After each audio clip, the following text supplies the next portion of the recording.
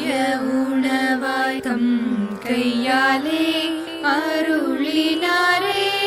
ஊனுருவான வார்த்தையானவர் வார்த்தையாலே உண்மை அப்பம்